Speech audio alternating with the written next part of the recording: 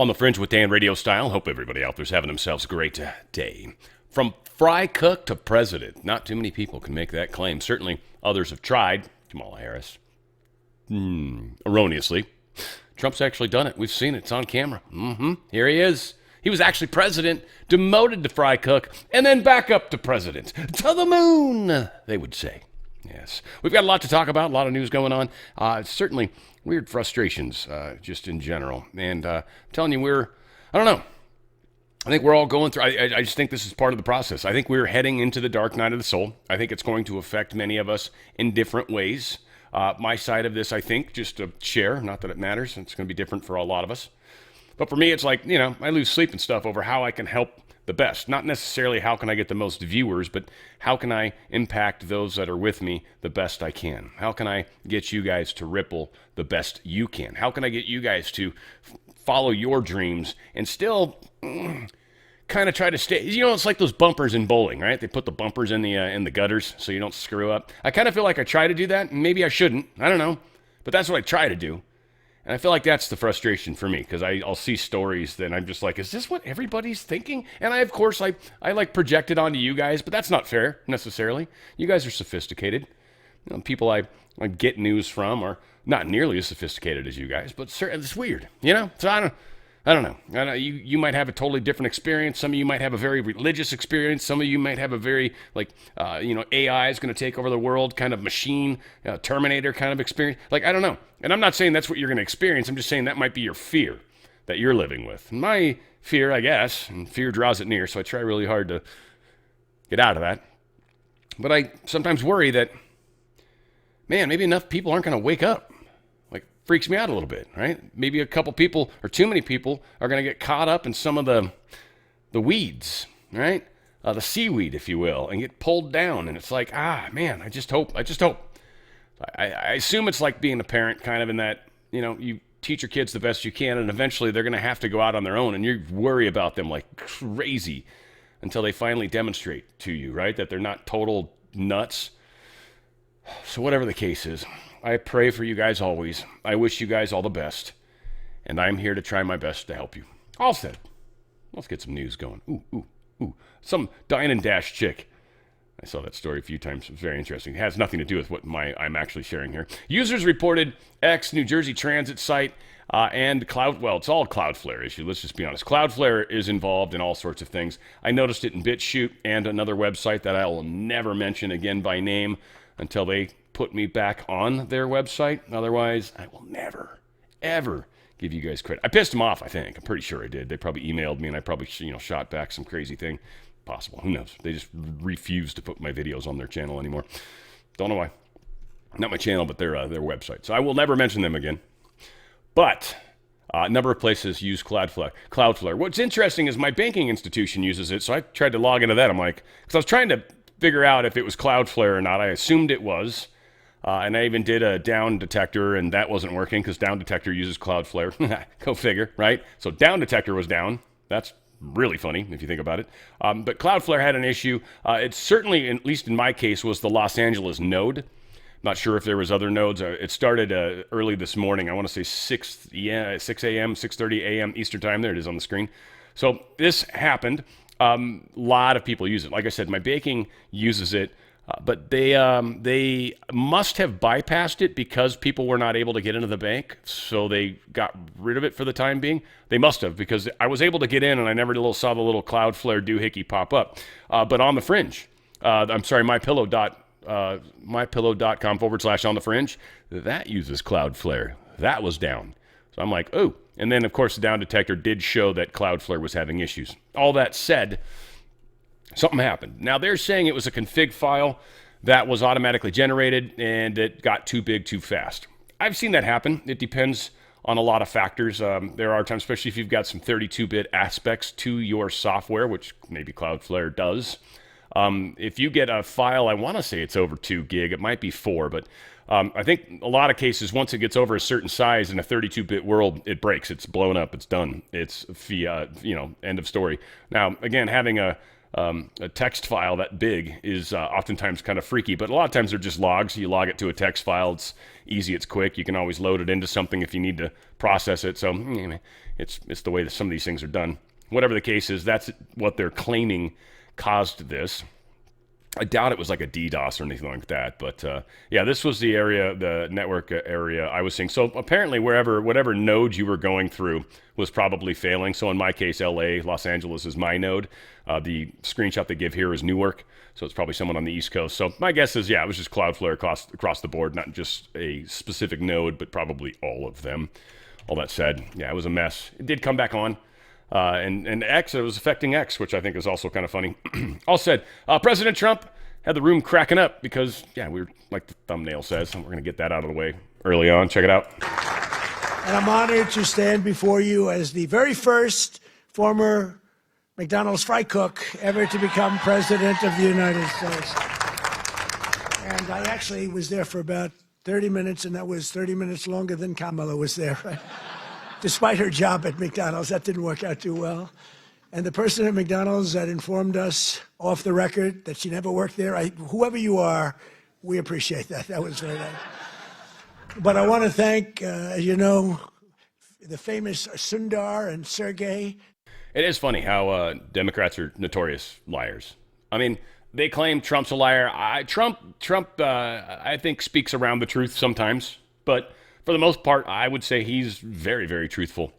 I would say I'm extraordinarily truthful myself. It is very, very funny, though, how the Democrats lie. Again, it's part of it's the only thing they can do. I mean, frankly, facts aren't working to their advantage, but it's part of the frustration we all live through. College student was reprimanded for honoring Charlie Kirk with a TPUSA hat. This story, first off, it's at Oklahoma State University, which I found to be interesting because Oklahoma is pretty damn red. It is a college, so it's all possible. Anything these days is possible. But the actual individual who was doing this was apparently a program coordinator. This wasn't even like a faculty member or anything weird like that. It wasn't security. It wasn't anything, it wasn't anybody legit. It was some schmo that basically said, yeah, you can't do that because it makes people feel uncomfortable. Whatever the case is, this is kind of bullshit, and this is the world we're in right now, where it was the hat, too. It was the hat that they were wearing, the TPUSA hat. And, it's just frustrating to people. This is so bizarre. And, again, they can do Antifa flags, they can do their rainbow flags, right? But they'll talk about how the Charlie Kirk flag triggers people. Well, their stupid flags trigger people too. We just handle trigger differently than people on the left. People on the left, when they get triggered, they attack rather than, dealing with that, getting better meds for them or something. I don't know. But you try to stop the people that are actually good people. Again, this is Color Revolution 101. Now, I'm going to say there's a whole slew of stuff going on with Charlie Kirk, with Erica Kirk. There was a story going on. Candace Owens was going on about how the Egypt government or security apparatus, some plane that was tailing Erica and Charlie back and forth. A lot of push is being done right now that something's wrong with Erica Kirk. I find this, again, interesting. Again, I don't care about the stories, frankly. Charlie Kirk's dead. I'm trying to move on in the general gist of things. But what I'm seeing people do is I'm seeing people try to divide what's left. Now, I know Candace was involved with TPUSA back in the day, right? Wasn't she? Or am I wrong on that? But eventually they parted ways. Amicably, sure, but parted ways.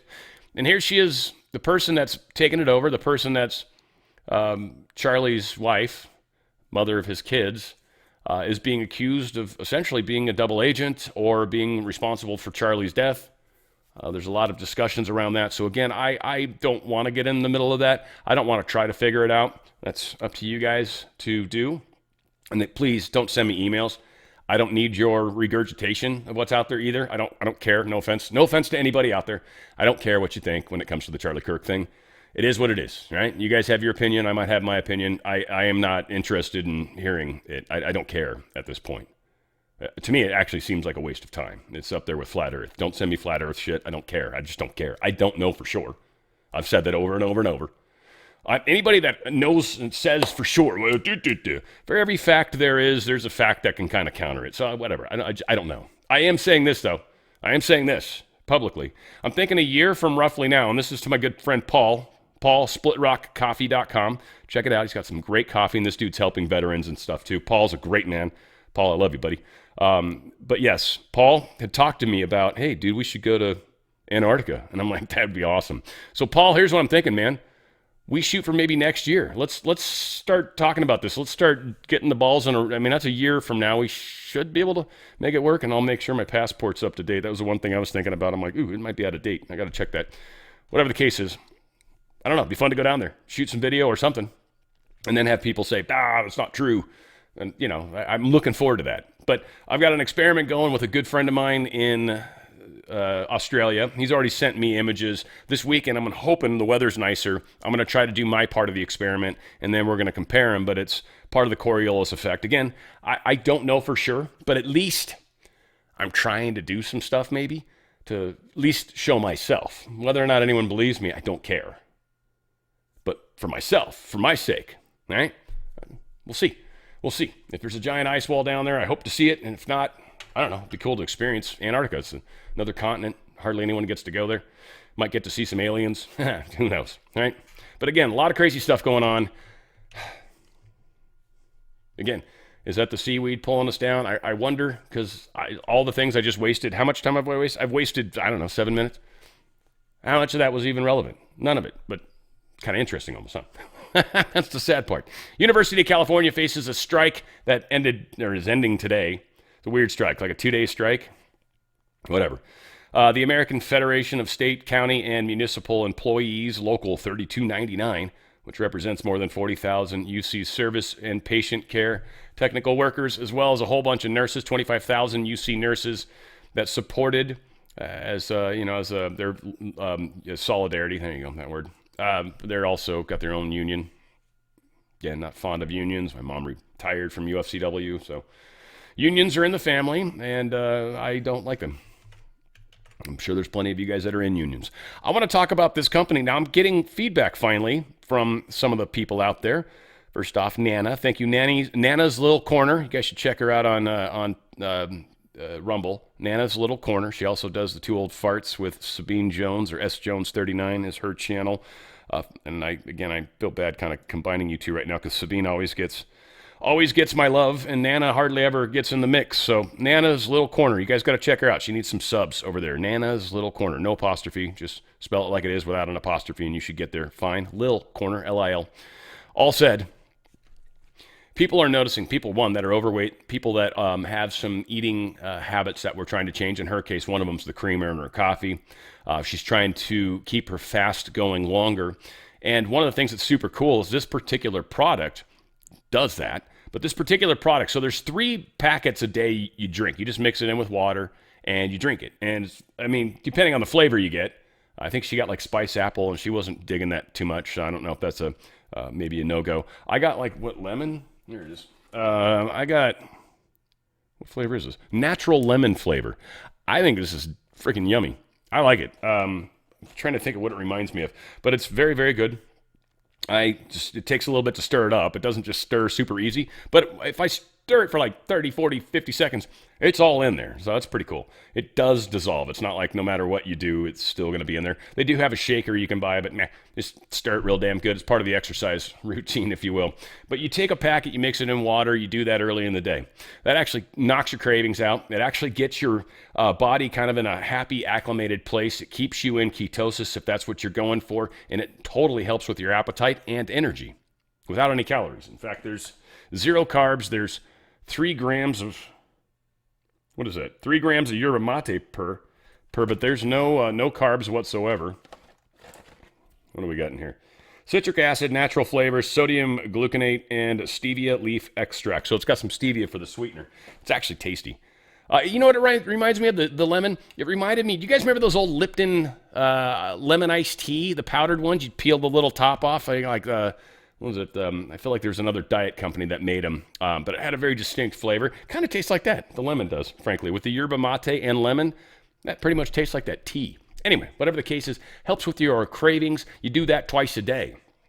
And then for dinner, you drink Balance. And Balance has got fiber. It helps your body just kind of process. It's not like, what's that fiber you can buy, that Citrasil or whatever it's called? It's not like that. It's just like legitimate fiber that literally helps you balance glucose and cholesterol support. This is just a very, very helpful for that when you eat your dinner. And this just helps your body kind of process things, helps your body with the carbs. And really what this all comes down to is insulin resistance. I'm going to let this little video speak to it a little better than I do. But our bodies, because of all the carbs we get, we spike with insulin all the time, spiking. And then your body shoots out insulin, and then it comes back down, and then you eat some more carbs, and it spikes again, and comes back. And you're just constantly spiking it, especially people that like to snack. And this destroys your body's ability to deal with insulin. It becomes insulin resistant, which is where diabetes starts to come in. They're noticing people's huge results with their A1C when they take this product because of the way it affects your cravings, the way you eat. You actually start eating differently, and this actually helps you process differently. This stuff's awesome. It's not that expensive, and it works super well. Helps you lose weight and helps you lower that A1C number, literally. Like, take it, and then when you get your next test, you'll be like, holy crap. Nana's even noticing her sugar levels are lower than they normally would have been, so she is sitting in a much better place, and I'm betting in a week or two, I'll be talking to her this weekend, but she's probably going to be telling me, yeah, I've actually lost a few pounds. She says she fluctuates 5 pounds a day or so. A lot of people do. Water retention's most of that, right? Maybe a little bit of food still left in your system. Yeah, 5 pounds, that's about right. She's noticing a difference already. Again, we're going to give her a few more days and see where we get, but definitely you're going to notice a huge difference. This product's incredible. You want to go to otfspecial.com, otfspecial.com. There's an awesome video here. It's 5 minutes of your life. You don't have to watch this. You can just go straight to buying. But this video is really helpful in explaining all the different things that are involved with insulin resistance and why this product, not that expensive, you're getting 90 packets, by the way, for a month. It works awesome. I've actually taken it. I'm at a place right now where I'm actually trying to put some weight back on. So I've been a little leery about doing it. I want to do it, but I'm like I said, I'm a little leery. I need to put on some weight. I'm a little low right now. Actually, it's tripping me out. So some of it, I think, I credit to this. It just helped, and I wasn't eating as much at dinner. And it's just like I weighed myself in the morning. I'm like, crap, I'm losing weight. And then the next day I weigh myself and crap, I lost more weight. Crap, double crap. So, yeah, get yourself to where you want to be. But you're going to find this is a way to get, again, that A1C number down. It eats away weight slowly and healthily, which is the best part. So anyway, check this out. This is an incredible product. And again, otfspecial.com. That's otfspecial.com. If you're constantly battling low energy, cravings, weight control, watching your health slip away, listen up. There's a simple daily protocol they don't want you to know about that's helping people ditch their meds and reclaim their health. Up to 88% of Americans potentially suffer from some degree of insulin resistance. The Feel Great protocol is a simple 2-step daily system designed to help your body work with you, not against you. Step 1. Unimate, a powerful yerba mate extract clinically shown to boost mood, increase mental clarity, and support fat burning. Step 2. A patented fiber matrix called Balance. Taken before meals, it helps regulate blood sugar, curb cravings, and support healthy insulin response. That's it. No crazy diets, no meds, just science-backed support your body actually understands.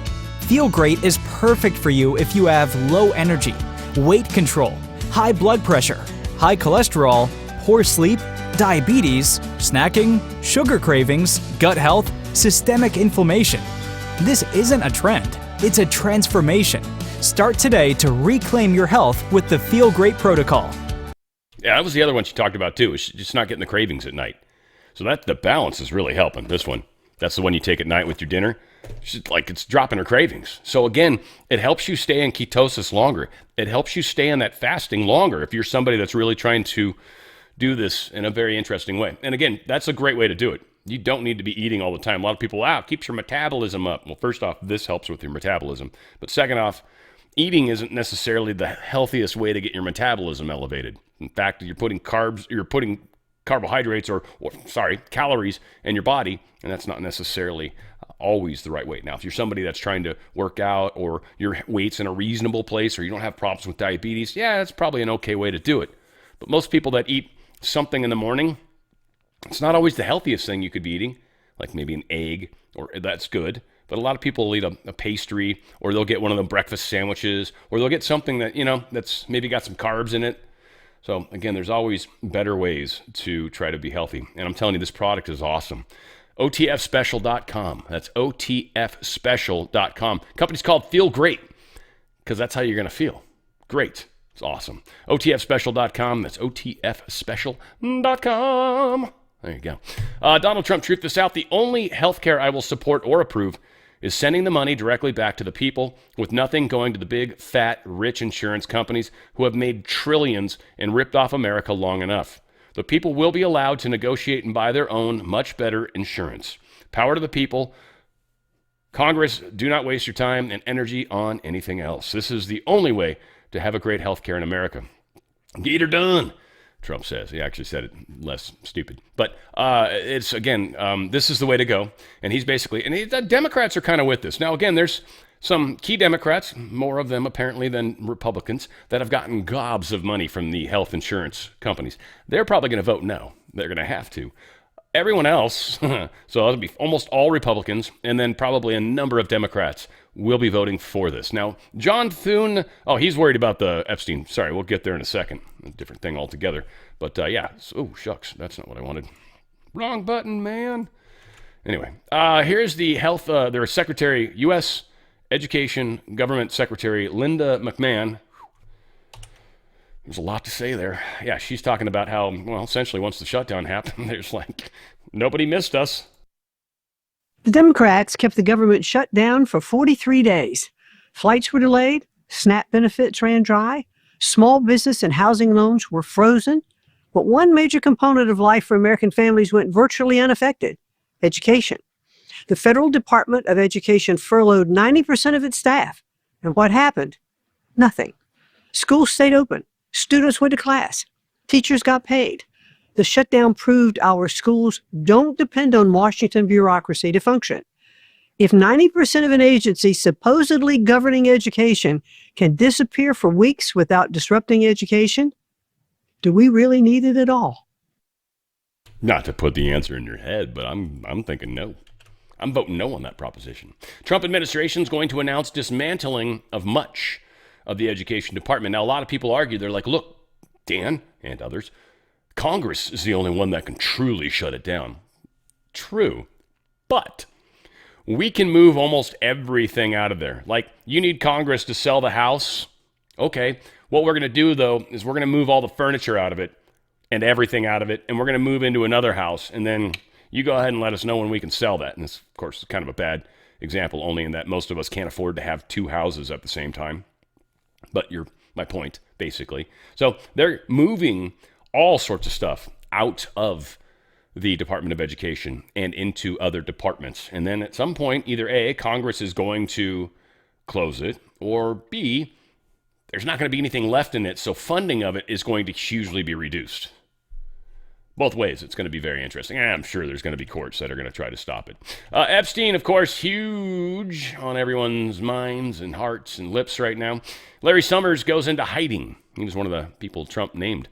Messages sought Epstein's advice on cheating with daughter of CCP official. He was going to cheat on his wife and he didn't think she'd leave because essentially who he was, and he was Bill Clinton's Treasury Secretary, but he had connections, and his wife, wanted access to those connections. So he was discussing with Jeffrey Epstein on how he could basically have sex with this younger girl named Jin.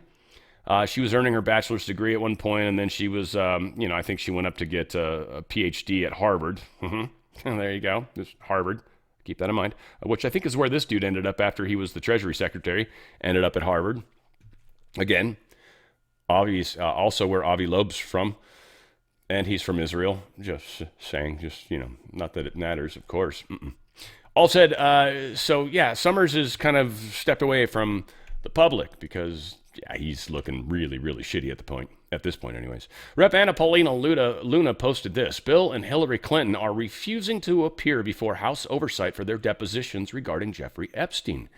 Notice how House Democrats suddenly have nothing to say about it, right? They're not worried about the victims like they claim because there's victims involved with these two. That's not what they're worried about. Their only sole purpose is to try to spin this and hurt Trump. Now, of the 26,000 pages of documents, they managed to find 9 pages or 3 documents of which they redacted stuff so it read differently. I talked about it yesterday. So where's Democrats' transparency on Epstein? Great question. White House demands Democrat transparency. As President Trump said, House Republicans should vote to release the Epstein files because we have nothing to hide, and it's time to move on from this Democrat hoax perpetrated by radical left lunatics in order to deflect from the great success of the Republican Party. Why the silence? Here's what they're dodging, or dodging, as the Brits would say, dodgy. Del Stacey Plaskett, she's the one from Virgin Islands. She solicited $30,000 from convicted sex offender Epstein for DCCC, then took max donations for herself. Her governor's wife even said, "We'd have a friend in Stacey." She texted him during a hearing. Bill Clinton flew on Epstein's jet 26 times. A victim saw him on the island with young women, corroborated by his own aide. Larry Summers' long relationship with Epstein. The pedo called himself Summers' wingman. Journalist Katie Couric dined at Epstein's post-conviction.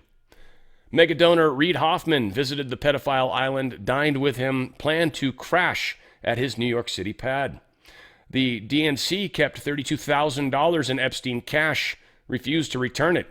Michael Wolff urged Epstein to blackmail Trump, generated a debt from him. Isn't that interesting, right? Or generated debt from him. Speaker Johnson is bringing this to the floor today. He was asked in an ABC thing that was like 3 minutes long of just slamming on Trump and then like 15 seconds of Johnson saying, yeah, I think there's going to be a lot of Republicans voting on it. There you go. So it probably will pass, which is good. That's great. Let's get this behind us. I'd love to see that. You'd love to see that. I think a lot of people are going to be expecting, again, more things. Where's the list? We'll see what happens. Trump had a bit of a scratchy throat. Apparently he lost his voice a little bit, and he talks about it. Someone had asked him questions. We get 2 of these questions, actually. I'm going to go ahead and just reboot this page. But 2 questions he gets. We'll play both of them. Life I've heard about it, yeah. Mr. President, I have a question about Venezuela, but can I just first ask, the health of the president's always news. Your voice sounds a little rough. Are you feeling all right? I feel great. I was shouting at people because they were stupid about something having to do with trade in a country, and I straightened it out. But I blew my stack at these people. Blew his stack, right? That's pretty funny, actually. And then we got one more comment where they asked a follow-up question, and it's pretty good. To follow up, you mentioned your voice and you were shouting about trade. Which country in particular upset you? Was it India? No. A country wanted to try and renegotiate the terms of their trade deal, and I wasn't happy about it. But which country was it? People want to know. Why would I say that to you? I can't believe it. Mr. President, on the Yeah, it's so funny how we are today. Like, everyone expects Trump to just say, here's what I'm going to do tomorrow to try to talk them into doing it. It's the same thing with a lot of us on our side of the fence that are constantly looking for people to talk about what's going to happen in the future, right? And here's the thing. Anyone that's big enough and is constantly or consistently right, something's going to happen to them. Their channel's going to get shut down. They're going to end up working in a different capacity. There's just no way, because it creates a problem for the good guys. So none of us really know what the hell's going on. And that's how it's supposed to be. There's supposedly 5 roughish people that know what's going on. So keep these things in mind. And yeah, we're not going to be talking about it every step of the way. The cost estimate to rebuild the collapsed Baltimore Keys Bridge, I should say, has basically doubled. It was initially going to be $1.9 billion, and now they've got it up to around $4.3 billion to $5.2 billion. I'm going to say that's damn near tripling, but we're 2.5 times. They said it's because material costs have significantly gone up since this estimate was made. This estimate was made back during the Biden administration. My guess is now is Baltimore, because they know they've got problems. They've upped the amount of money. I'm just saying this. I don't have any proof. This is just speculation. And the amount of money they plan on smuggling from it has increased. Now, they are saying, and cheers to you, Baltimore, they are saying that they're going to try to get this out of the insurance company, because they should. The insurance company should have to pay for this. The bridge was crashed into by a ship that had electrical issues, so they say, which it looked like it did. I mean, it looked like it stalled, and then they got it back on, and then there was a weird thing where it looked like they dropped their anchor. The whole thing looked like it was done remotely, frankly, in my opinion. But let's just go with the actual story. There was an electrical problem for that ship. Well, that shipping company is on the hook for this. 100% of it, in my opinion. I don't think taxpayers should have to pay a dime of this. So I don't care if it's $50 billion. That insurance company pays all of it. Hopefully it's not that much, because they'll squander much of it. But we'll see what comes from it. Obviously, I don't trust them, just like you don't trust them. Trump threatens to cancel World Cup in Seattle after election of communist mayor. I have a feeling this is going to be held over Mamdani's head as well. So this is big money. They're talking about $4 billion that Seattle, just themselves, would get from this one game, or maybe few games. My guess is few games. And so he's basically saying, look, here's the thing. If it seems like it's not getting safer and better, then we're pulling it. And he's kind of already talked to the FIFA president, Gianni Infantino. And so we'll see where things go. But yeah, socialist mayor Katie Wilson has no concept of the big picture. So she better crawl up Donald's butt a little bit more, get some of that French fry juice on her hair. Maybe she'll have less thin-looking hair. Her hair looks pretty unhealthy. I mean, she just looks unhealthy. You know, it's probably vegan. She looks like she hasn't eaten a piece of meat ever in her life. Lives on vegetables, which, hey, that's okay. I dated a vegan. I was with a vegan for 4+ years. I ate vegan for probably a year of that. She'd let me cheat every once in a while. We'd go to this Chinese restaurant, and I was allowed to have chicken, so I'd just eat the shit out of it. Oh, God, it was just like, can we go to the Chinese place? It's like, we just went last week. I know. I want some chicken. We had fake meat, but yeah, again, I'm surprised I survived. Soy boy tendencies there for a little while, but I wasn't soft. Like, I was never like that. I was just, trying to be healthy, and I was dating a chick, and you guys know how it is, man. To get laid, sometimes you got to eat some fake meat. What are you going to do? Hakeem Jeffries faces primary challenge from Mamdani ally Chi Ose. Sounds very like Cuban, or I don't know. It's got that very communist ring to it. Good job, which he is, by the way. So I don't know. There's talk of this. AOC, I guess, came to this douche's Hakeem Jeffries' rescue or something. I don't know. I didn't really follow up on it because I don't frankly care what AOC thinks. So I'm just letting you guys know she said something. Supposedly mattered. I don't care. But this guy, yeah, he's planning on primarying him. Again, I think this is one of those things that's meant to show us how far left some places are going. And I think it's meant to take most of the Democrats that are still Democrats and actually openly call themselves Democrats rather than those that are closet Democrats. Those ones are kind of better right now, frankly, because they'll turn independent soon. But the ones that are still willing to announce it, it's for them. And it's like, how many of you are truly communists? Let's divide that group. And that's essentially exactly what's happening. They always talk about how the deep state's dividing us, and certainly they're doing a great job. We're fighting over religion. We're fighting over political ideologies. We're fighting over race. We're fighting over all the sex, all the stuff, right? There's people that literally get pissed at transgender people just in general because they're like, he said they, it's like, but yeah, but is he a politician? Or no, it's just some guy on the internet. It's like, well, why are you picking on him? That's kind of mean, right? Like, I get it, but no reason to just go and hunt down people. And people are dicks, I've found online. It's just really funny. There's a thing that is so true with people online, is that there is this level of confidence that you can't hurt me, so I can say whatever I want to your face, if you will. It is very strange, because there used to be decorum. There used to be like just being polite. And then, there was always the option that I might say something to someone's face and he might turn around and hit me, right? Like, so it's just different, It's different. The world is changing quickly, it seems. Trump administration wants the Supreme Court to reverse an asylum case involving Mexico. This has to do with where Border Patrol agents were right on the border, and literally there was people that were like, I want asylum, and they're like about to walk across the border, and the agents basically pushed them back and said no. And so this concept of arriving in the United States is really what they want the Supreme Court to see, and that's an awesome way to view this case. Arriving. Did you actually set foot into the United States? No, we tried. Were you in a country that wasn't going to persecute you? Yeah. Then you're done. Goodbye.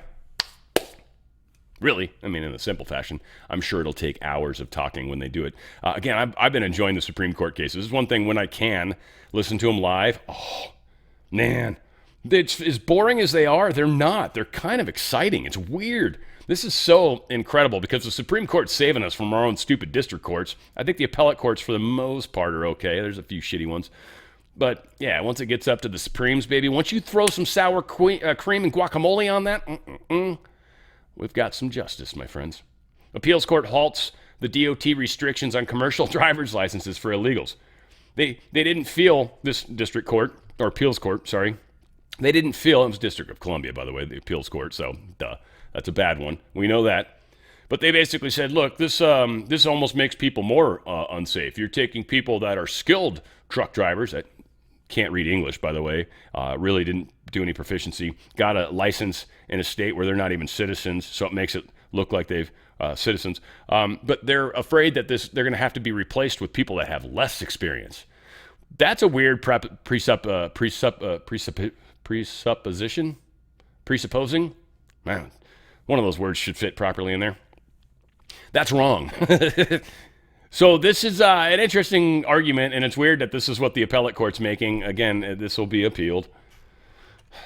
So stupid. Florida Highway Patrol, they arrested 6,200 illegal migrants in ICE partnership. I am assuming that's this year. Because then down here, you got this guy, DeSantis. I like him, by the way.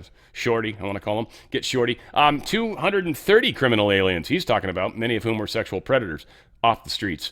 So they don't specify anywhere in this article what the time frame is of these 6,200. I can only assume it's been since Trump has been in office and he's been trying to help homeland. But still, 6,200. Good job, Florida. Good job. San Antonio nightclub raid nets 150 arrests amid suspected Venezuelan Tren de Aragua gang ties. I don't know if they tell us what nightclub this was. It was raided a makeshift nightclub. So it wasn't even a legitimate nightclub. It was one that was just kind of made up. That's pretty cool. So it doesn't really have a name, I'm guessing. It doesn't look like it. All said. So yeah, we don't need to play video, but we're making progress, folks. We are making progress. Oh, look at that smile. Kind of funny. Car rammed into vehicles occupied by Border Patrol agents. The place is a minute long. Check it out. Homeland Security says a car rammed into a vehicle used by Border Patrol agents in Charlotte, North Carolina. It's the second such incident this month so far. Homeland Security took to X, writing, agents were preparing for an operation when a car jumped the curb to enter the parking lot and sped toward the agents. After warning, the driver drove the vehicle toward the exit of the parking lot. The post goes on to say, as agents went to confront the driver, the car rammed a law enforcement vehicle and fled the scene. Agents arrested the driver after following and eventually stopped the vehicle. Video posted by Freedom News TV appears to show that the driver was a female in her 20s. That's a female in her 20s. How many of you actually don't buy that for a second? Transgender much? Right? Look at the size of that head compared to the shoulders. Dude, that head, that's a man, baby. That's a man, baby. So anyway, good for Alice Tang for, properly calling it out as it is.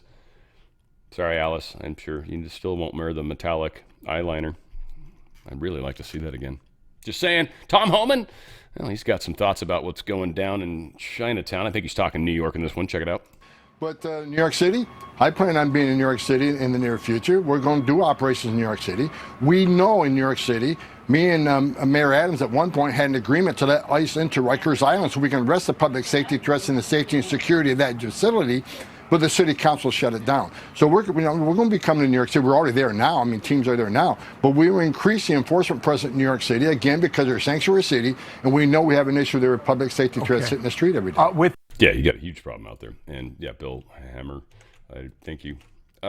Judge in Comey case is blocking an order mandating the DOJ hand over grand jury evidence. So this was pretty funny. They were insisting that they hand it all over. She said she didn't have confidence in the way they got it. Well, a federal judge overseeing the case, they're the ones that initially granted the request from the federal prosecutors to block this magistrate judge's order that mandated they hand over a trove of grand jury evidence to Comey's attorneys. Interestingly, a federal judge. So apparently there's a couple good ones out there.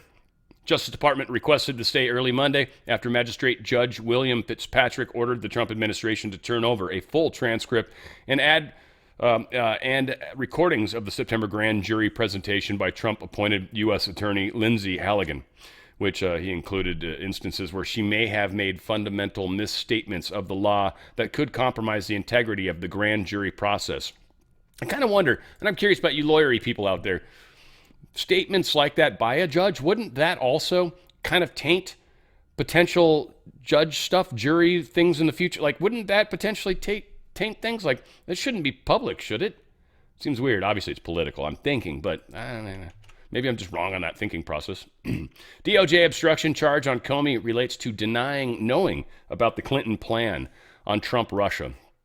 This is a great article. Just the News is actually really good. They do a really good job on stuff. They write extraordinarily long articles that have all sorts of really good information, but they're extraordinarily difficult to use on the air because, as you can see, it's fucking huge. But it really all does come down to he knew about the Clinton thing. He had handwritten notes, right? And that's what basically the grand jury was looking at. And they're like, yeah, it looked like he knew what he was saying. And then when he talked to Congress and said, oh, no way I knew about that was probably a lie. There you go. That's 1,000 words or less for you. It's way less than 1,000 words. Lindsay Halligan asking judge for an emergency hold on Magistrate Judge Fitzpatrick exceedingly rare order. Well, we kind of know where this one went. So actually the district judge already said, yeah, no, you can't, you don't have to give those out right now. We're going to do a stay. So it's very cool. This judge, they're saying that Fitzpatrick may have misrepresented the facts. Ooh. That's a big call out. So hopefully we do find out that Judge Fitzpatrick, the one that did the original, hey, you've got to give all this information to Comey, and everyone's been saying this case is toast. Well, it's not anymore. And this possibility that Fitzpatrick may have misrepresented the facts, well, that's going to screw everyone that has been trying to push this that, well, see, there's nothing on Comey. It's a bunch of bullshit. No. So that one scared me a little bit. I was happy to see this story because I was actually very disheartened by the Comey thing because I'm like, this doesn't look like this is going to make it. So it is moving in the right direction. Senator Eric Schmidt, he says, no more delays. Judge Boasberg must be suspended immediately. Impeachment is underway. He should not get to hear another case. This afternoon, I led the effort to make that suspension happen.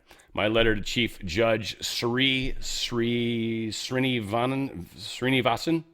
of the D.C. Circuit. It rolls off your tongue, I'm sure. On November 4th, articles of impeachment were filed against U.S. District Judge James E. Boasberg, Chief Judge of the United States District Court for the District of Columbia, D.C. We just talked about that. Following my call for his impeachment. Is he the appellate? No, he's a district judge, not the appellate judge. To discipline Judge Boasberg, a formal judicial misconduct complaint is required. The Chief Judge of the Circuit, Srinivasan, is charged with ruling on such complaints. On July 28, 2025, DOJ filed a judicial misconduct complaint against Judge Boasberg. Under Section 28 USC 28 USC Section 352? It's probably the right way to say that. Anyway, Srinivasan is mandated to expeditiously review the complaint and determine whether to take appropriate corrective action. As of November 17, 2025, he has yet to rule on the July 28th complaint. If he dismisses the complaint, he must do so in writing, which he has yet to do. If he dismisses the complaint, the DOJ may petition the Judicial Council of the D.C. Circuit for review, a body on which Judge Boasberg himself serves, creating a clear conflict of interest in these proceedings. He continues, Boasberg has racked up quite the laundry list of misconduct, forcing his way into high-profile cases over which he lacked jurisdiction, showing prejudicial animus for the Trump administration, signing off on illegal gag orders in the partisan Arctic Frost investigation. These recent revelations about the potential rubber stamping of gag orders represents a disturbing trend for Judge Boasberg. He was also the one on the FISA court, too, by the way. The judge, just this summer, in a resealed case, the D.C. Circuit reversed Boasberg's overly permissive grant of the government's requested gag order against X Corporation. There is a clear precedent for the administrative suspension of a judge pending on impeachment inquiry. The most recent federal judge to be impeached, G. Thomas Porteous Jr., was administratively suspended by a judicial council while his misconduct was being investigated. Chief Judge Sri Srinivasan must expeditiously rule on the DOJ's judicial misconduct complaint and administratively suspend Boasberg while the impeachment inquiry unfolds. We cannot tolerate rogue, self-professed, prejudicial judges ruling on our nation's most important cases. There you go. So hopefully this douchehole gets shut out, or just your Majesty douchehole, or Your Honor douchehole, whatever. Mr. Honor douchehole. How would you say that, Your Honor douchehole? Like, your douchehole honor? That's probably it. Yeah, typically we put the adjective in front, right? I mean, if it was Spanish, sure, it would be Your Honor douchehole. But in English, your douchehole, Your Honor. Your douchehole honor, right? Anyway, whatever. We'll worry about that later when we're about to appear before them. Judge upholds New York state law curbing ICE arrests in courthouses. It's just kind of funny. So a federal judge said New York was protecting its sovereignty in the face of undue federal interference. So they said, I think, in courthouses that ICE can't come in there, I'm thinking. Let's see. Affirmed New York's Protect Our Courts Act, in addition to Executive Orders 170 and 170.1, throwing out claims of federal immunity and intergovernment immunity violations. I think when it comes to ICE and things along those lines, I don't think they legally can put criminals and hide them and hold them safe inside. I don't think they legally can do that. So whatever the case, I'm sure this is going to be appealed. Like everything. Federal court bars Texas from using new Republican-friendly U.S. House map in midterms. Anybody surprised? Federal court ruled Tuesday that Texas's newly drawn congressional maps likely constitutes an unconstitutional racial gerrymandering and blocked its use in next year's midterms. Likely constitutes. So you can't use it next year. How about we have a quick order and case and talk about it, and then decide that you can't use it? Because the election's not for another year there, douchehole. We don't have the judge's name in this, but I say I don't know your douchehole honor in this particular case. If I did, I would use it. That said, I'm sure that will be appealed as well. Today, Greg Abbott put something out that's bound to be told shot down by a district court, but let's start with the first part. Today, I designated the Muslim Brotherhood and Council on American Islamic Relations as foreign terrorist and transnational criminal organizations. This bans them from buying or acquiring land in Texas and authorizes the Attorney General to sue to shut them down. This, I think, ties into that Muslim city. This ties into the other panic articles I've seen about how they're going to take over our country because they marry multiple people and then have multiple children. Dude, we got the Muslims, or we got the Latter-day Saints, man. Come on. We got that too. Come on now. Shoot. Those people are always smiling and happy and generally about as white as they get, frankly. I mean, not always, but most of the time. All said, and I'm not slamming them. I got good friends. In fact, companies I work with are, and so again, nothing but positive things to say about Latter-day Saints. I don't necessarily share their religious views, but I don't share religious views with a lot of people. So I don't slam on any religions. That's not cool. Dow Jones and everything. It's funny. I love the stories because during the day I'll see, like, especially on Zero Hedge because they're really into the finance stuff, but I'll see like multiple stories talking about how, everybody's got fear of the stock market, so futures are down, and then, everyone's excited because somebody said something stupid. No, everybody's not excited because, AI is doing a big belly flop. Like, it's just kind of funny. It's full of shit, frankly, and nobody really knows what the hell's going on, so they just kind of make it up. All I can say is I don't want to be in the system. You shouldn't want to be in the system either. We will get to the point, but I want to look at some of the numbers. So gold and silver are both slightly positive. Gold's up $3.90. Woohoo! We'll sell that. Silver's up 25 cents, basically. But again, they're still above that new floor that they kind of bounced around. I don't know if you guys been paying attention or not. I have. I mean, I mention it a lot, so I don't know if you've keyed in on any of it. But yeah, they've been kind of bouncing around that. We're expecting another jump soon. Be interesting to see what it ties into, whether it's going to be war stuff, Taiwan stuff, whether it's going to be something that Trump's going to do or say when it comes to the insurance company. Like, there's a number of things. I wouldn't say black swans, but definitely could have impacts on the bigger picture. Inflation is really the big nasty one that all of us have to look at. Crypto has been taking a shit. I'm curious where they're at. So they're up. Bitcoin's definitely pulled back. Well, we'll see. Give it a second to refresh.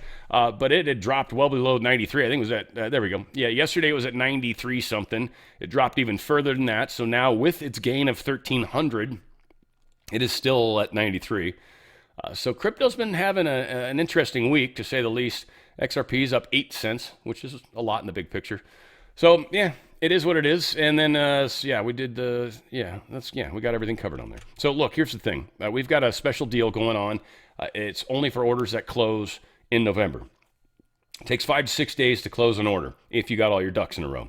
If you have a 401k or an IRA, move as much of your money out tax-free, penalty-free. You're moving it sideways, because if they send it to you in any way, shape, or form, be it as cash, be it as precious metals, they're sending it to you, that's a cash out. You're going to get penalized. You're going to get taxed, okay? They move it sideways, tax-free and penalty-free. So you get as much of that money transferred over into precious metals as possible. My friends at Goldco are definitely making that popular or possible. A lot of other places don't do it like that, and they might say they're sending it to you, but that's, again, a cash out and a payout. You're gonna take a hit in the shorts on that one. You don't have to, at least at first. Get as much moved over as you can. DRSlikesgold.com. DRSlikesgold.com. Move as much of that money over, tax-free, penalty-free. Also, up to 10% free silver from my great friends at Goldco to you. Up to 10% free silver. So $100,000 of 401k or IRA moved over, that's $10,000 of free silver. Again, there's a multiplier that's going to kick in with free silver, and it's going to go up more as well. Also, out of my pocket to you as a gift, 1% free silver. So $100,000, you're going to get $11,000 of free silver. 10 from my good friends at Goldco, 1 from me to you. That's all yours. A gift for moving over as much as you can, tax-free, penalty-free. What you're doing is you're protecting your wealth. You're allowing yourself to maintain buying power. Whatever you can purchase with the dollar amount you see right now, you'll maintain that buying power, because every day inflation's taking a bite out of the dollar. We also know that the Federal Reserve has to be dealt with. Gold's what's supposed to fix that. Precious metals, when the economy's going to crap, it's the only time it's a good investment. Guess what? Right now, it's a really good investment. This is the only time in our history where it's made a lot of sense. DRSlikesgold.com. DRSlikesgold.com. Move it over tax-free, penalty-free. Put in your 4 data points. Hit the button. It's going to recommend you call in like 20 minutes or something like that. Be able to do that. Get the ball rolling. You're actually going to pick up a free little collectible Ronald Reagan silver coin. It's 0.999% pure. It's got a picture of Ronald Reagan on the front. It's actually super cool.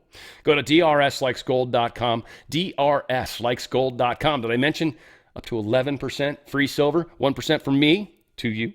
Up to 10% from my good friends at Goldco. Yeah, they got deeper pockets, man. I can't afford to go 10%. My goodness, that'd be crazy. Go to DRSlikesgold.com. DRSlikesgold.com. Get out of that silly system before that silly system gets out of you. And that's what they're trying to do.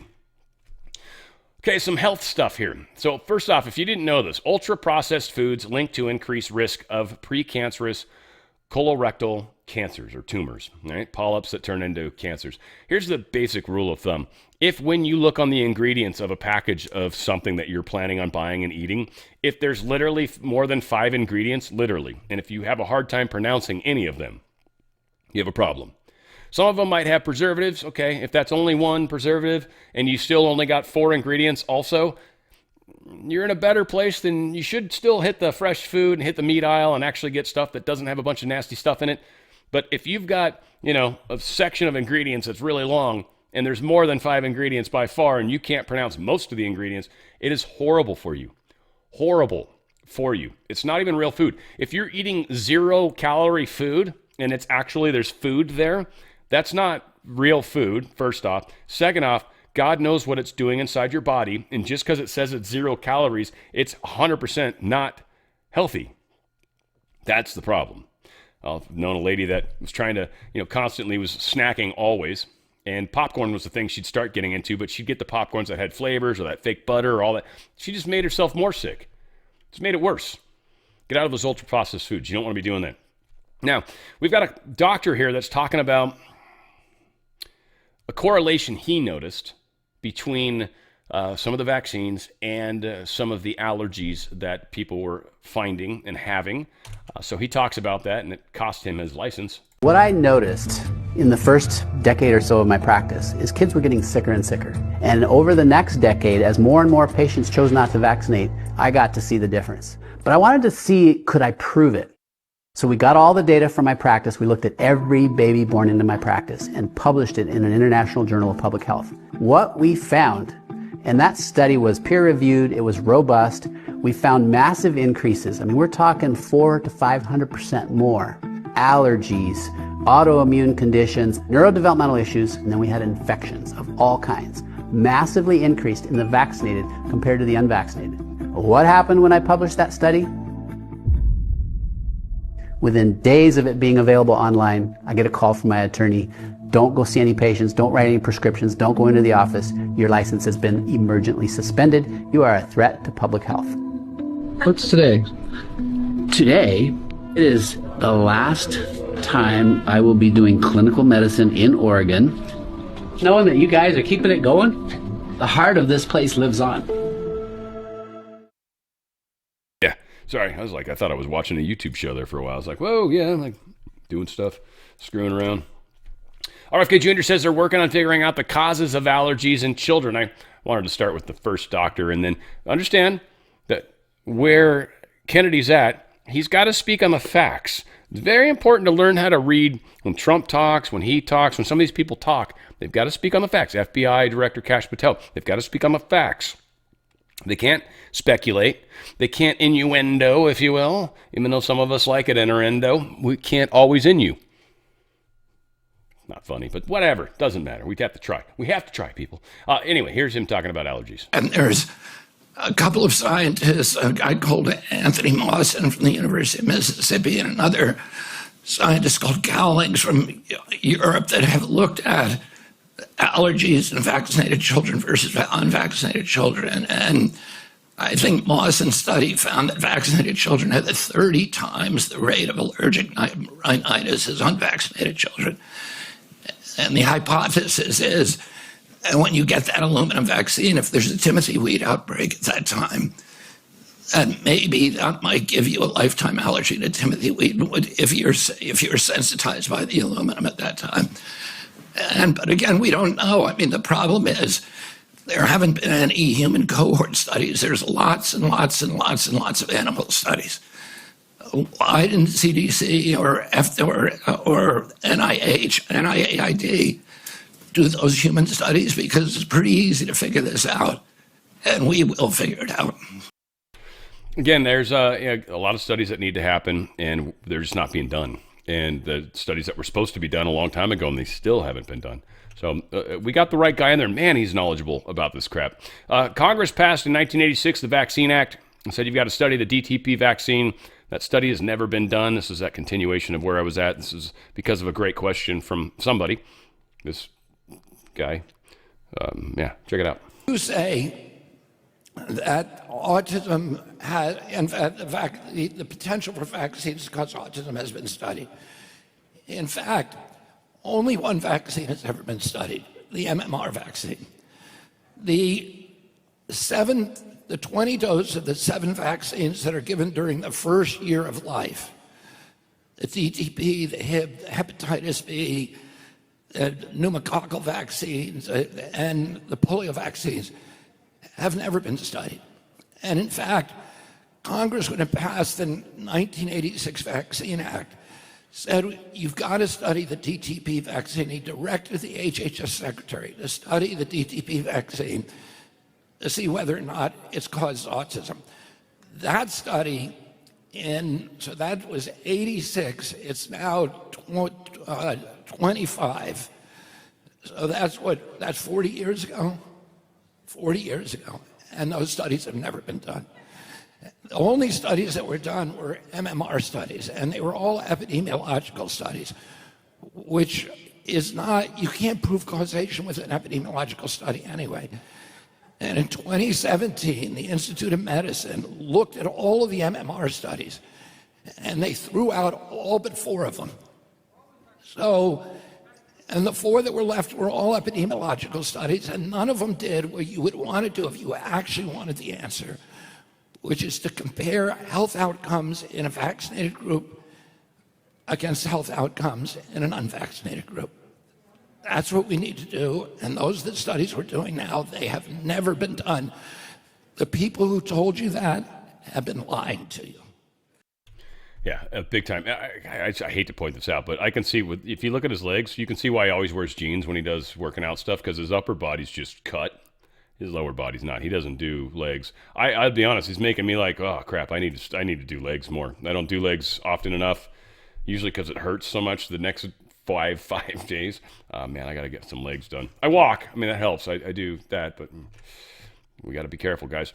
Pentagon announces 6 critical areas for research and development. I'm not going to waste my time playing this, but the 6 areas that they're telling us are applied artificial intelligence, biomanufacturing. I'm curious what that is. There's a lot of discussions. I mean, it's just to get a little woo, but a lot of discussions around how some of the UFO craft from other locations are actually grown, not necessarily built, which is different. Anyway, it's just weird. Contested logistics technologies, quantum and battlefield information dominance, or QBID, scaled directed energy, or SCADE, or SCADE, if you will, and scaled hypersonics, SHY, which is kind of funny. The Pentagon only indicates the department's focus on these areas, doesn't talk about any funding commitments, so this is kind of what they're trying to make better. There is a what do they call that? Embassy. There we go. U.S. Embassy in Haiti was attacked by some drug dealer guy or guys. Nobody got hurt. Marines were fine. They shot back. I don't know. It's a crazy place. Don't want to be there. Certainly want to attack Marines. That's craziness. Advancing the Overton window is what England is trying to do right now when it comes to the legal migration. They're saying that's the main problem. The illegal migration, he said we could stop in a second. It's the legal migration that is the problem. Farage is, pushing himself to a point where he's likely going to get arrested. Britain's speech gulag. 10,000 people were arrested last year for social media posts. Think about that. 10,000 people arrested for social media posts. Good God. That works out to over 30 arrests a day. What is going on, England? England's probably one of the worst. I mean, it's like the one that kind of runs everything, right? London's supposedly kind of the running everything, the financial arm, if you will, of the entire world. And of course, you've got DC as the military arm of that, and then the Vatican is the, quote, spiritual arm of that. So yes, the George Soros-funded Open Society Foundations has been bankrolling a British nonprofit working to kill Elon Musk's X and censor conservative news outlets. OSF sent that nonprofit, the Center for Countering Digital Hate, $250,000 last year. The OSF is Open Society Foundation. So England is trying to take down X. The European Union trying to take down X. France trying to take down X. Germany trying to take down X. Yeah, it's not going to stop anytime soon. Trump says he's willing to conduct strikes in Mexico to thwart drug smuggling operations. Says I'd be willing to actually strike inland. He doesn't, I don't think, mean like jets. I mean, it'd probably be Tomahawks or something like that. I mean, considering the rush they had to the presidential palace, protests out front that was happening over the weekend, and a lot of that has to do with the mayor of that town. I can't even pronounce it off the top of my head anyway. But I think it was in Michoacan, but whatever the case was, it was the mayor was shot dead by the drug cartels. Claudia Sheinbaum is definitely controlled and or afraid of the drug cartels. Either way, it's problematic. I don't think she can come out publicly in any way, shape, or form. Any conversations she's having with Trump are happening very, like, probably courier, literally. Like, Trump probably said something to her like, look, here's the thing. If you want to say anything to me, write it down on a piece of paper, stick it in the possession of somebody you trust with your life, and have them deliver it to me in person. And we can talk. Otherwise, don't waste your time because they're listening. So there's a lot that is going on. There is a war against the cabal, and the cabal is extraordinarily powerful. Now, again, just to remind, the cabal, a lot of people say Israel. No, there's a part of the cabal within Israel for sure. There's a part of the cabal within our country. There's a part of the cabal within England. There's a part of the cabal in France, Germany, China, North, South Korea, Australia, New Zealand especially. Good Lord. Everywhere. I mean, there's a whole bunch of countries I'm failing to. South America, Brazil for sure. Venezuela is a drug kingpin area. This is like predominantly one of their manufacturing. Colombia and there are manufacturing drugs for the cabal. This is way bigger than people realize. A lot of people are like, Trump's in charge. Why can't he just fix it? Because it doesn't work like that. This is way more difficult. Even Juan O'Savin says stuff sometimes where I'm like, I hope you're just trying to trigger people or something, because you say stuff that's just ridiculous sometimes. Like, Trump, get him out of there. You know, he starts freaking out. I mean, Trump put the truth out. He's like, get her out of there. Get Tina Peters out of there. That's it. That's all Trump can do. Otherwise, I'm going to huff and puff and blow the house down. Like, there's nothing Trump can do. They can try to make things difficult, but we got to get her out. Don't get me wrong. I'm not trying to poo on that. I mean, Tina Peters should not be dying in jail. This poor thing's just like her son. I mean, again, I'm not trying to... Ugh. Zelensky inks huge fighter plane deal with France amid a $100 million corruption scandal. But there is a little bit of a problem in this, is that France is like, we want to make sure this corruption thing's done before any of this nonsense happens.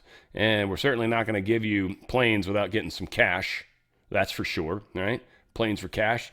And Russia's basically like, yeah, you could have 1,000 of those stupid Rafale fighters that you're getting. What is it, the actual craft? Is it the Rafale? I forget what their stupid jet is. I mean, it's okay. Yeah, Rafale. I mean, it's all right. Whatever. I mean, for any people that are French that are pissed off at me, fuck you. You're French. Get out of here. I don't even want to talk to you. But outside of that, yeah, it's just ridiculous. So, whatever. This is France, one of the arguably most corrupt countries on this friggin' planet. Easily. Macron, one of the most hated leaders, and been flipping through governments like he does underwear, or his wife does hormone pills. Oh, that was good. That was good, Dan. Risking World War III to support Ukraine when it has no chance to win is crazy. This is what Viktor Orban's saying, Hungary's leader, and that's 100% right? Wouldn't you agree with that? Yeah, it's stupid. You guys are really threatening to kill everybody on the planet because you're so retarded. Why is that? Major Ukrainian defense firm names Mike Pompeo to the new advisory board. Notice how Trump's not using Mike Pompeo. Do you guys ever really truly appreciate that? Also, I'm wondering how much weight Mike's lost, because it does seem like a totally different Mike. If I could be like Mike, right? But whatever the case is, Mike is not, I think he's persona non grata. I don't think we like him. I don't think Trump likes him. He's not publicly come out and been a dick to him. This guy's ex-CIA. He's probably still got connections. But yeah, he's tied into a leading Ukrainian drone and missile manufacturer. They put him on their board. That looks bad, doesn't it? Where's McCain? McCain's going to come out of the grave like a Thriller, the Thriller video, right? In darkness falls across the land. I almost remembered that. So well. Trump confirms U.S. plane to sell fighter jets to Saudi Arabia during Tuesday's meeting. So Ukraine, they're getting some Rafales. Oh, good. You're getting some French planes, like that Peugeot, that little stupid car. Good job. Oh, it's so beautiful. We're giving them F-35s, which, frankly, is not an F-22. But whatever. They're still pretty good. I mean, whatever. We're going to sell them a bunch of F-35s when Osama bin, whatever his name is, he showed up. Trump flew some planes right over the White House, which is pretty cool, of course. And yeah, so there you go. We're going to sell them some planes. $142 billion arms package. It's meant to kind of piss off the UAE a little bit and get them kind of jealous. That's a funny little thing we're trying to do. Trump he's good at what he does. UN Security Council resolution on Gaza passes. Trump has now been named the chairman of the Board of Peace. Trump's happy about that, of course. It passed, I think, 13. 2 people didn't vote. 13 people voted yes. 0 people voted no. There you go. That is all she wrote. I wonder who the 2 are. Did they say easily? Can I find it? No, probably not. Oh, well. Yeah, anyways, whatever the case is, we'll see. 20-point plan. Trump's excited that this is happening. He's the chairman. Hopefully we can keep peace there. Obviously, Israel's trying, or at least the IDF is trying hard to stop it. Hamas defiant in face of calls to disarm, endangering Trump's ceasefire. Ooh, so dramatic. Yeah, they're not being real good. They're supposed to give up Gaza, supposed to give up any sort of political control. They don't want to. They don't want to give up their weapons. We'll see. Trump's going to be involved in that, and if they can't and don't, there will be penalties. We'll find that. The Crown Prince says his Saudi Arabia wants to be part of the Abraham Accords, but wants the 2-party system to occur. Steve, 1 second. Go ahead. Have you reached an agreement on a U.S.-Saudi defense treaty today? And are you going to bring up the Abraham Accords in your discussion? I already brought them up. What did you say? I think I got a positive response. Would you like to respond? Yeah. So definitely, we believe having a good relation with all Middle Eastern countries is a good thing, and we want to be part of the Abraham Accord. But we want also to be sure that we secure a clear path of 2-state solution. And today we have a healthy discussion with Mr. President that we're going to work on that to be sure that we can prepare the right situation as soon as possible to have that. I think we're, I don't want to use the word commitment, but we've had a very good talk on the Abraham Accords. We talked about 1 state, 2 state. We talked about a lot of things in a short period of time. We'll be discussing it further, too. But I think you have a very good feeling toward the Abraham Accords. Yes, definitely, Mr. President. We want peace for the Israelis. We want peace for the Palestinians. We want them to coexist peacefully in the region. And we will do our best to reach that day. And the defense agreement, have you reached an agreement on that? We pretty much have. Question for the Crown Prince. And there you go. There you go. So we're making progress. The world's coming together. The deep state's trying to stop it. A trio of Chinese astronauts were stranded in space. They have now been brought back home. The replacement astronauts were sent up. They spent a few days up there swapping out. Their craft was used to return the 3 that got stranded up there. That broken craft, if you will, that still got damage to it, whatever that actually means, they're probably going to go ahead and deorbit it into the Pacific Ocean. Maybe they're going to try to put it close to where they're at so they can get a hold of it. Whatever the case is, they are going to have to send up another craft to replace the craft that's up there. Whatever the case is, I think they still got an emergency craft that can get them off if they need to. But they've kind of got a busted ship that needs to be replaced. So maybe they'll send up an automated ship that has some supplies on it or something, and that's how they'll deal with it. I don't know. But they got the ones that were stranded back, which is, a good thing. China's apparently expanding their space and Arctic reach. They've got all sorts of stuff going on. They've got more icebreakers happening. They've got a bunch of bases happening up there. China's very, very much invested into the Arctic. And Trump is, this is why I think there's a huge push to get Greenland, a huge push to be more involved, a huge push to try to be friendly with Russia. This push of Russia and China together is not necessarily good. Main reason that the Arctic is such a big deal is it's the quickest way to get from China to the United States, be it missiles or even traversing with cargo or even warships for that matter. It's just a much, much quicker ship. You don't have to go through all these canals and all this nonsense. So they are very, very much focused on trying to figure out a way through the North Pole. Now, in the winter, it tends to freeze up a lot, and I don't think icebreakers can even get through at that point. Now, again, we got a butt ton of submarines, and we know the Arctic very well, and we spend a lot of time up there. So, we've got always ways to try to combat China. China makes it sound like, oh, we've got you figured out with our AI and blah, blah, blah. No, they don't. And we're so much further along in AI than they are. Trump's been talking about it. China, of course, trying to make it seem like it's a bigger deal than it is, but it's not. By the way, it just reminded me, I bought this. I haven't read it yet. It's still in plastic for that matter. But yeah, I'm looking forward to it. It's not a very big book, by the way. Art of War apparently doesn't take too many pages to figure out. But yeah, I'm looking forward to reading it. I got a stack of books over here that I need to keep reading, get into more.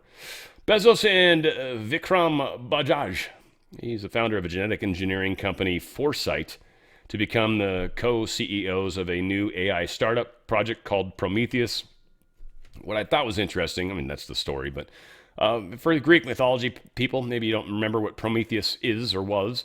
He was a titan, which means he was one of the great gods, if you will, responsible for creating or aiding humanity in its earliest days. He defied the Olympian gods by taking fire from them and giving it to humanity in the form of technology, knowledge, and more generally, civilization.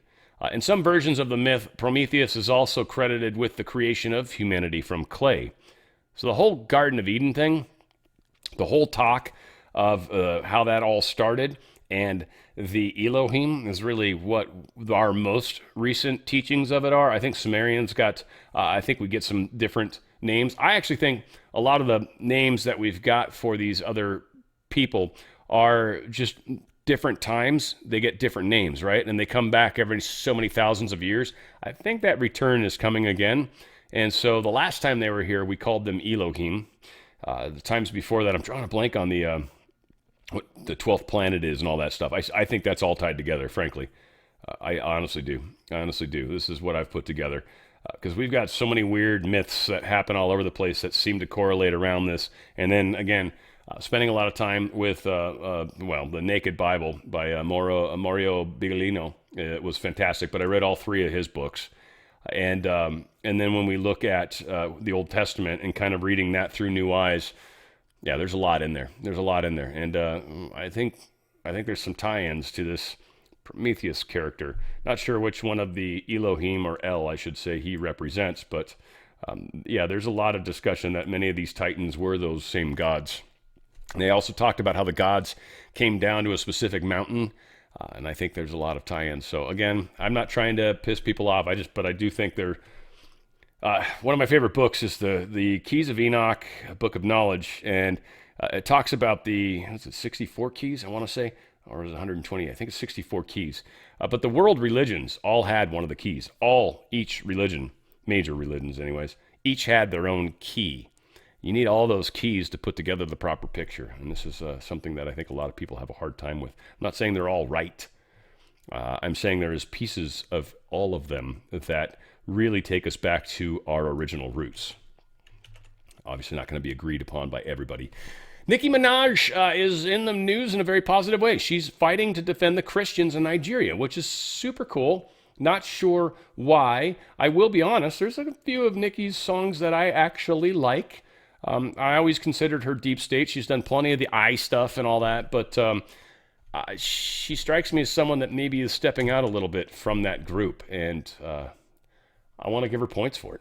I would like to thank President Trump for prioritizing this issue and for his leadership on the global stage in calling for urgent action to defend Christians in Nigeria, to combat extremism, and to bring a stop to violence against those who simply want to exercise their natural right to freedom of religion or belief.